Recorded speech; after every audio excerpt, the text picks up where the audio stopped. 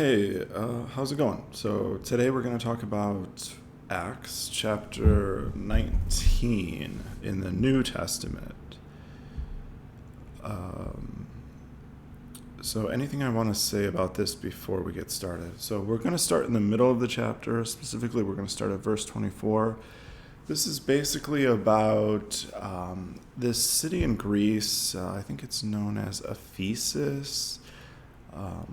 And there's a lot of cool symbolism in this particular chapter about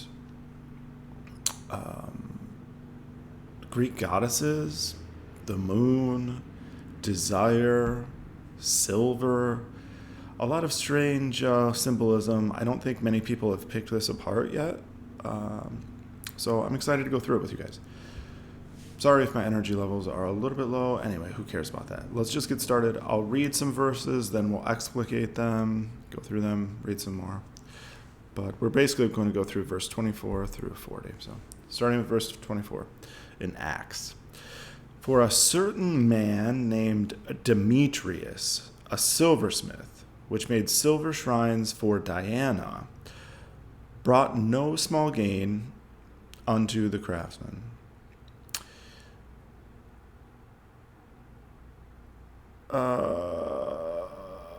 Let's see what's next. I mean, we can start right there. Okay, so let's say Demetrius. It comes from Demeter or Demeter, which is a Greek goddess. Demetrius just means of Demeter, or of this Greek goddess, which is the earth mother, the goddess of fertility, the goddess of agriculture. So if Demetrius is that, he's sort of the son of the earth. He represents the material world. And it's worth noting that he's a silversmith. So a silversmith, just like any other blacksmith or any other type of smith work, you're using your hands to manipulate physical matter. In particular, this physicality is even more emphasized by the fact that he's a silversmith. We know that silver is associated with the moon, which is reflective. So it's not the source like the sun. The sun is the source of energy. The moon reflects that source. It's a mirror image. It's a shadow. The gold, similarly, is pure energy, you could say. It represents the sun. You have the gold. You have the sun on one hand, which is kind of the pure original source. Then you have the moon and silver on the other hand. This represents the reflection, the shadow. So if you are a silversmith, then the point that's really being driven home here is that you take the shadow of reality, or you take the material world and you manipulate it with your hands. In other words, Demetrius is a man of the material world through and through. And so he makes these silver shrines for Diana. Diana is the goddess of the moon, and silver again. So again, it's kind of the worship of the material world. Let's move on to verse 26 here. So we missed verse 25. That's fine. Let's just go on to verse 26. Moreover, ye see and hear that not alone at Ephesus, but almost throughout all Asia, this Paul hath persuaded and turned away much people, saying that they be no gods which are made with hands. So Paul is Paul of the New Testament. We know Paul is like the sort of quintessential Christian at this point. So here Demetrius is criticizing Paul, and he's saying, hey, he's threatening our work here. Okay, we build these material objects. We use the power of the material world to create things that are seemingly valuable. Paul is calling into question all of that and making people doubt the power that we apparently have. And he's doing this by saying that there are no gods which are made with hands. So what does it mean to be a god that's made with hands? Well, we normally think of things as just, in the most literal sense. So we have like these false idols, which could be a statue of some sort, right? And people bow down to a literal statue. That's a very, very narrow way of seeing this. You really have to think about this in a much, much broader sense, which is to say anything that can be done with the hands, the physical hands, is all just an appearance. There's no real power in it. That's what it means to say that there is no God that's made with hands. It means there's no power in anything that you do with your hands. And that's an extreme statement, okay? It's saying that you can't heal anybody with anything that you can do with your hands. You can't discover any real truths by anything that you can do with your hands. You can't make money by anything that you can do with your hands. I don't even feel like that's stating it broadly enough, but hopefully that gives you an idea of just how foundational this statement is, how fundamental it is, and how extreme it is. Verse 27, so that not only this our craft is in danger to be set at naught, but also that the temple of the great goddess Diana should be despised, and her magnificence should be destroyed, whom all Asia and the world worship. So again, Demetrius is saying, hey, look, Paul is starting to question these foundational assumptions about where real power resides. He's saying it's in the imagination and not in the physical world. This is threatening our our trade, but also it's threatening this the value system that underpins society.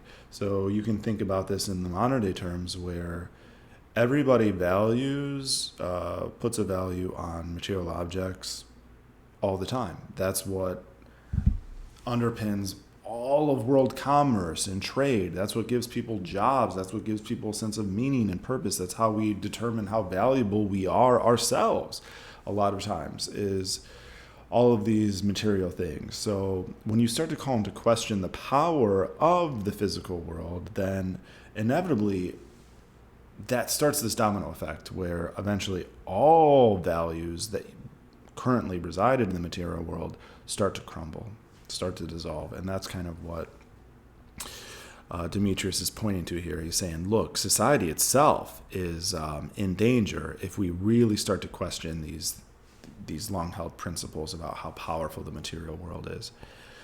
And so when the people heard these sayings, they were full of wrath and cried out, saying, great is Diana of the Ephesians. So why do they get so angry when they hear this idea that, like, okay, this goddess Diana, she's not going to be worshipped for her great beauty anymore? Well, that's because they're in love with it. We love our material world. We love the things that we've accumulated. We feel like we've put a lot of hard work into not just the material possessions, but even things like, our physical bodies that take a lot of effort to maintain, things like skincare routines, gym routines, diet routines. And even you could say, like different things. Say, for example, we're an architect and we build buildings. Well, that's a physical result. That's a material world sort of thing. Put a lot of labor into that if you're an architect. And so, your heart is where your treasure lies. You're going to love the things in the material world. And all of those things in the material world, if we see them as somehow independent of us and somehow valuable, then that is us worshiping Diana, and we're in love with Diana. And so if you insult something that you're in love with, if someone else insults something you're in love with, you will feel angry. So that's why they're mad. Emmett Fox actually explains this really clearly in one of his books, where he says, quote, when you admire some outer passing thing too much and thus give power to the manifestation, you are saying great is Diana. So you can't say it more clearly than that. Verse 29, and the whole city was filled with confusion, and having caught Gaius and Aristarchus, men of Macedonia, Paul's companions in travel, they rushed with one accord into the theater. So the whole city is now in an uproar. They capture some of Paul's companions, Gaius and Aristarchus, and they toss them into the theater. So what is all of this saying? Well, basically, Paul has a couple companions. Paul represents the state of awareness that's like super enlightened, you could say. But of course, there are other components of us that usually travel with that enlightenment.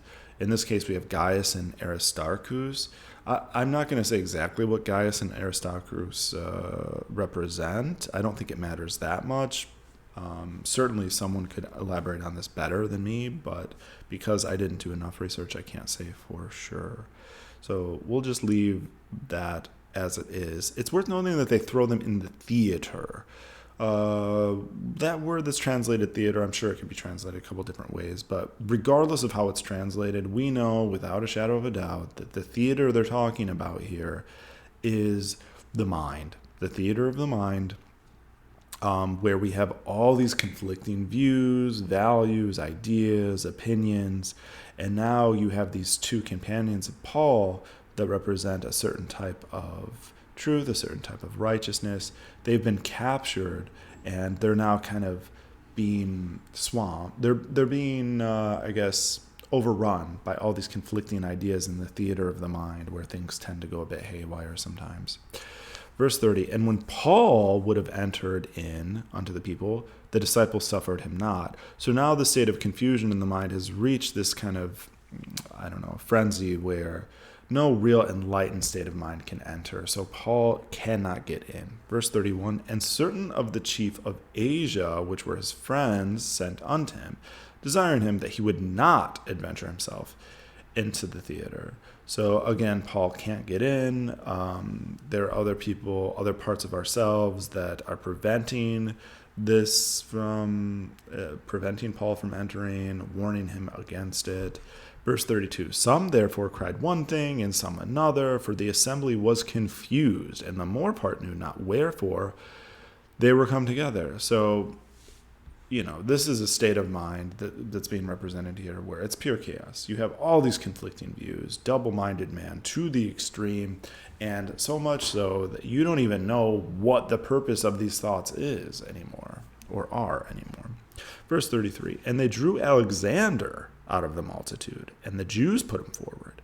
And Alexander beckoned with one hand, and would have made his defense unto the people.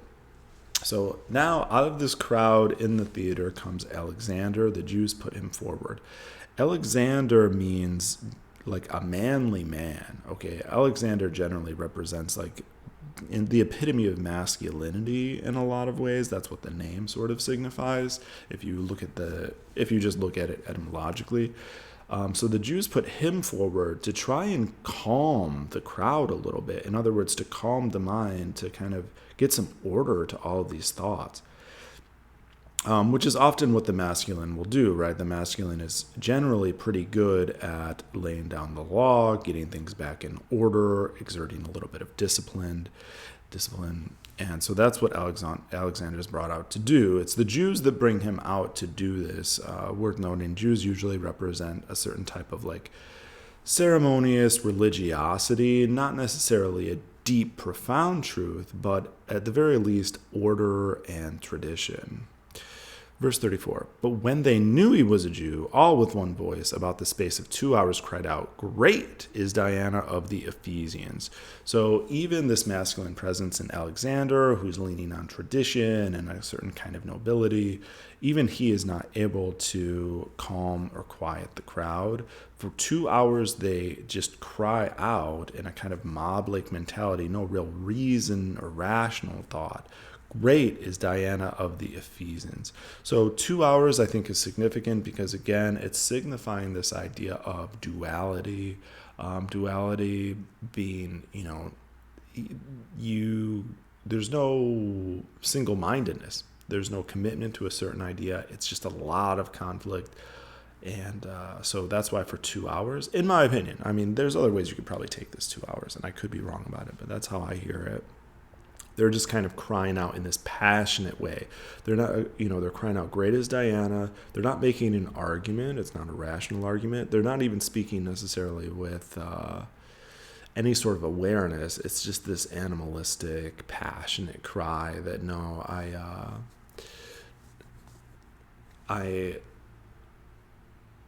great is Diana of the Ephesians. Great is Diana of the Ephesians. So what does it mean to say great is Diana of the Ephesians? Well, again, let's go back to what Emmett Fox said. When you admire some outer passing thing too much and thus give power to the manifestation, you are saying great is Diana. So that's what they're saying. They're saying great is the manifestation and not the thing that actually created it. Verse 35, and when the town clerk had appeased the people, he said, Yea, men of Ephesus, what man is there that knoweth not how that the city of the Ephesians is a worshipper of the great goddess Diana, and of the image which fell down from Jupiter? So who is the town clerk? So I guess the town clerk comes out, and he's finally able to appease the people. Paul wasn't able to get in. Even Alexander, tradition and all he represented wasn't able to appease the people. They're just crying out and crying out. But the town clerk finally appeases the people.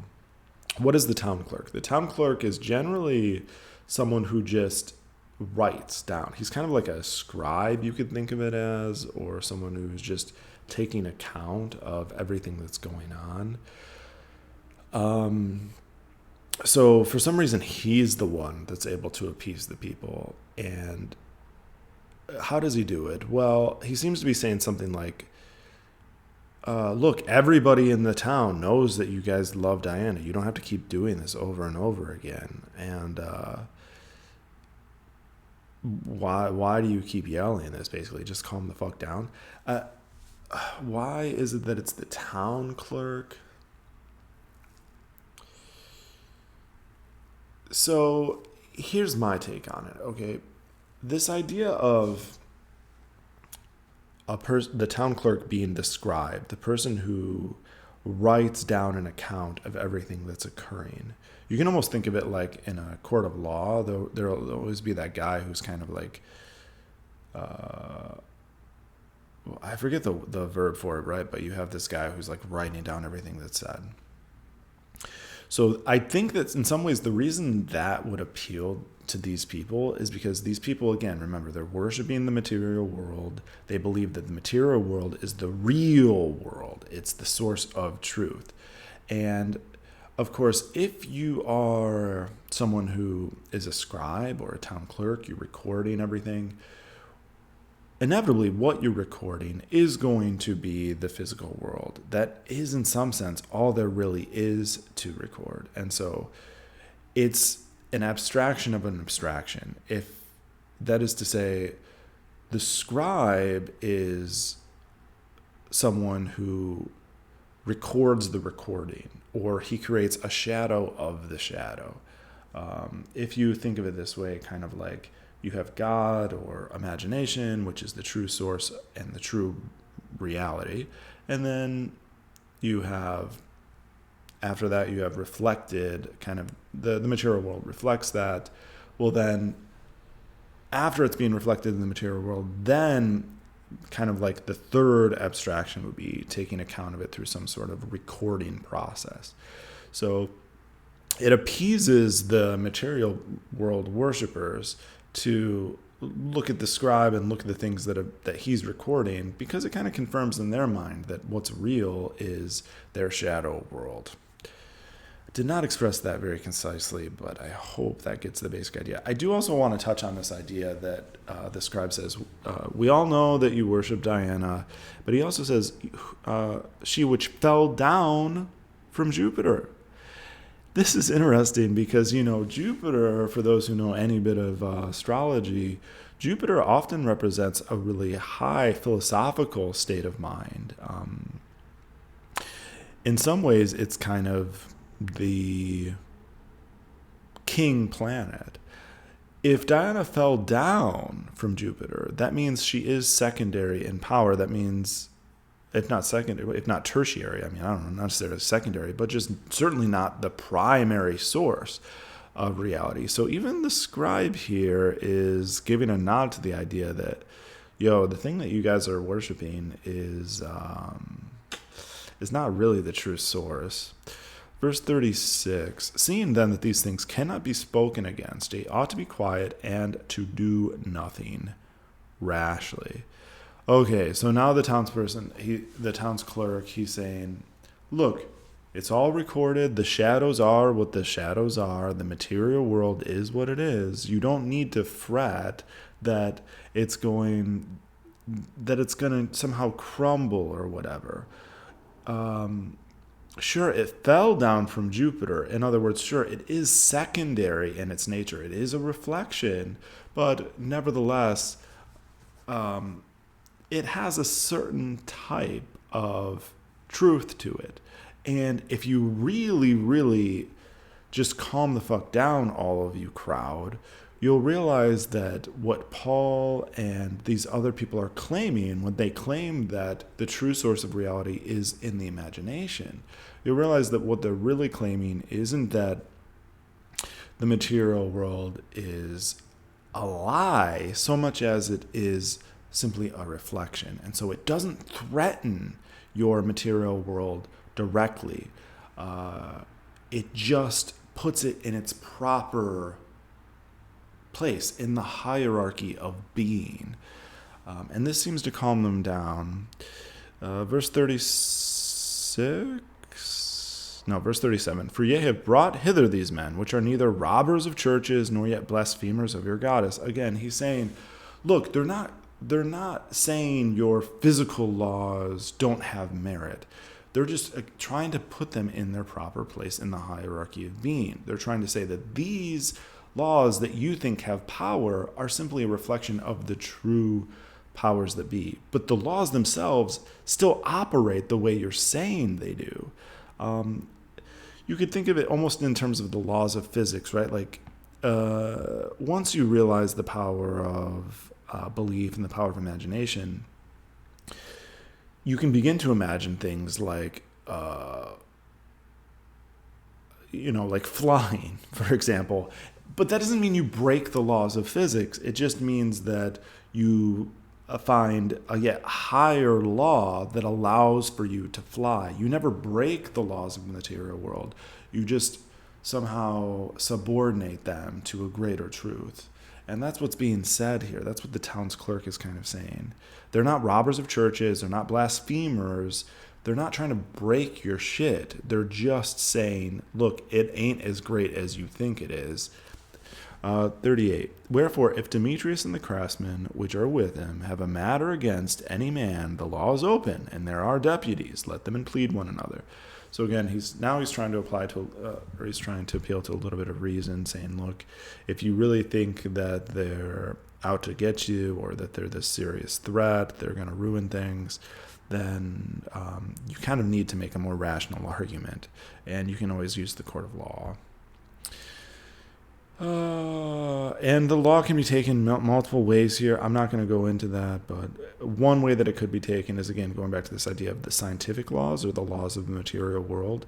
Those laws of the material world are what they are, and they seem to be fairly neutral towards these ideas of imagining creates reality or God is the real source of all power. And even when you accept those truths, that God is the real source of all power, it does not contradict, right? It doesn't contradict the material laws. Verse 39, but if ye inquire anything concerning other matters, it shall be determined in a lawful assembly. Again, this idea of law, this idea that it doesn't contradict, it simply puts it in its right place in the hierarchy. Verse 40, for we are in danger to be called in question for this day's uproar, there being no cause whereby we may give an account of this concourse. So, I don't know, take that what you will. I don't think, there's something I could say about that. I'm not going to. Verse 41, and when he had thus spoken, he dismissed the assembly. So there we go. That's all for this one. That went on a bit longer than I expected. Hopefully it wasn't too long-winded. Even if it was, that's fine, I guess. Thanks for tuning in. Bye.